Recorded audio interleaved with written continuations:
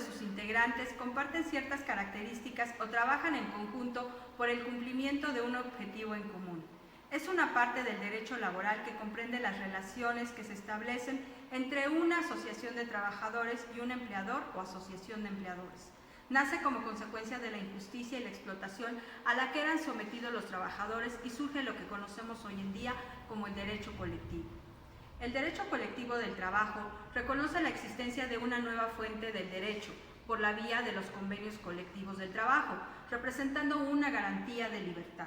En el derecho colectivo del trabajo se da la existencia de lo que se conoce como triangularidad o teoría de la unidad indisociable, que sostiene la fusión al derecho del trabajo en tres instituciones: el sindicato, la negociación colectiva y la huelga. La inexistencia de cualquiera de estas tres traería como resultado que el derecho colectivo del trabajo dejara de existir, puesto que son las directrices de imputación normativa. Un sindicato de trabajadores es una asociación de carácter democrático que puede generarse libremente tanto en el sector público como en el sector privado.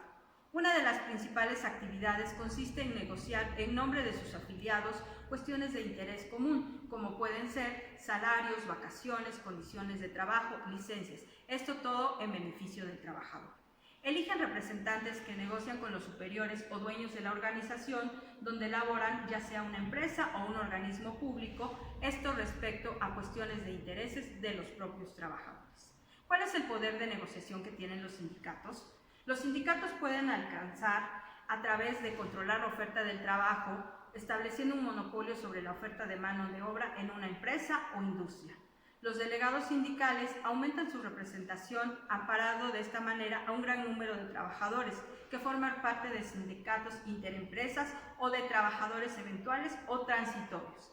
El artículo 216 del Código del Trabajo establece a modo meramente ejemplar los siguientes tipos de sindicatos, pudiendo constituirse también otros además de estos que voy a enlistar a continuación, como son sindicatos de empresas, sindicatos interempresas, sindicatos de trabajadores independientes y sindicatos de trabajadores eventuales o transitorios. ¿Qué son las federaciones y confederaciones? Son una forma de estructura social integrada por personas físicas con base en intereses comunes y en los principios de solidaridad, esfuerzo propio y ayuda mutua. Esto con la finalidad de atender las necesidades individuales y colectivas. ¿Qué es una federación? Estas son organizaciones de suma importancia en materia de derecho del trabajo, pues el propósito de estas es la defensa de los intereses del trabajo, además de que es considerado un derecho de los trabajadores, aplicándose no solo al derecho individual de los trabajadores de asociarse. Una federación necesita de por lo menos 3 sindicatos locales o regionales para que se pueda aceptar su formación. Las federaciones nacionales deben estar constituidas de por lo menos 20 sindicatos estatales, por esto se puede afirmar que las federaciones son la articulación de sindicatos de trabajadores. Una confederación se forma a partir de federaciones, de las cuales se necesitan por lo menos 3 de estas para lograr consolidarse y cada federación requiere por lo menos de 20 sindicatos. ¿Cuál debe ser la diferencia o cuál es la diferencia entre una federación y una confederación? Es que la confederación busca la autonomía de sus integrantes, mientras que la federación busca centralizar las aptitudes y beneficios de los miembros como uno solo, obteniendo así un poder central mucho más fuerte. Sin embargo, la federación y la confederación tienen el mismo fin, que es obtener derechos iguales de los sindicatos de trabajadores, tener a un tribunal de apelación contra las medidas disciplinarias que adoptan las organizaciones que se encuentran afiliadas, solucionan los conflictos que se presenten entre los miembros de los sindicatos que están afiliados y satisfacen las diferencias que se encuentran entre las organizaciones federales. ¿Cuáles son los estatutos de las federaciones y confederaciones? Estos deberán contener 3 puntos, que son la denominación, domicilio y nombres de sus miembros constituyentes. El segundo sería las condiciones de adhesión de nuevos miembros y el tercero es la forma de representación de sus miembros dentro de la directiva. Las federaciones y confederaciones deberán estar registradas ante la Secretaría del Trabajo y Previsión Social. Esto está establecido dentro de la Ley Federal del Trabajo. La libertad de unión de trabajadores y patrones está fundamentada dentro de la Ley Federal del Trabajo, dentro del artículo 354. En esta ley se establece la facultad de unirse y formar un sindicato, federación o confederación. ¿Cuál es la capacidad sindical que tienen los trabajadores para aliarse? Se menciona que los trabajadores y patrones tienen derecho y libertad de formar sindicatos sin necesidad de autorización previa.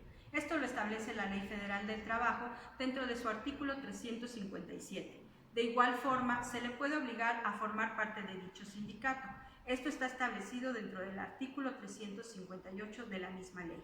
Para que la ley considere a la organización como sindicato, deberá formarse por mínimo, tener un mínimo de 20 trabajadores o socios. Esto está establecido dentro del artículo 364 de la Ley Federal del Trabajo.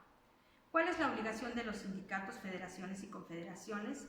Pues es la de rendir a la Asamblea cuenta completa y detallada de la administración del patrimonio sindical. Esto lo establece el artículo 373 de la Ley Federal del Trabajo. Tienen prohibido intervenir en asuntos religiosos y ejercer la profesión de comerciantes, esto con fines de lucro. Eso está establecido dentro del artículo 378 de la Ley Federal del Trabajo. Podemos adicionar también en el artículo 11 del Convenio 87 de la Organización Internacional del Trabajo, donde se indica que todo Estado miembro se obliga a adoptar todas las medidas necesarias y apropiadas para garantizar a los trabajadores y patrones el libre derecho de sindicación. Las federaciones y confederaciones se pueden formar a través de sindicatos de trabajadores o patronos reguladas por las disposiciones aplicables a los sindicatos. Las federaciones y confederaciones son constituidas por los sindicatos con el objeto principal de representar y proteger los intereses de la clase trabajadora. Dentro de la Ley Federal del Trabajo, en el título séptimo, capítulo segundo, artículo 374, dice que los sindicatos, federaciones y confederaciones legalmente están constituidas por personas morales y tienen capacidad para adquirir lo que son bienes muebles, bienes inmuebles, defender ante las autoridades sus derechos, establecer como tal mecanismos para fomentar el desarrollo y fortalecimiento de la economía, establecer y gestionar sociedades cooperativas y cajas de ahorro. En la Ley Federal del Trabajo, asimismo, establece que las federaciones y confederaciones deben estar debidamente registradas ante una autoridad registral como lo es la Secretaría de Trabajo y Previsión Social. Algunas de las federaciones y confederaciones que cumplen con lo establecido son las siguientes.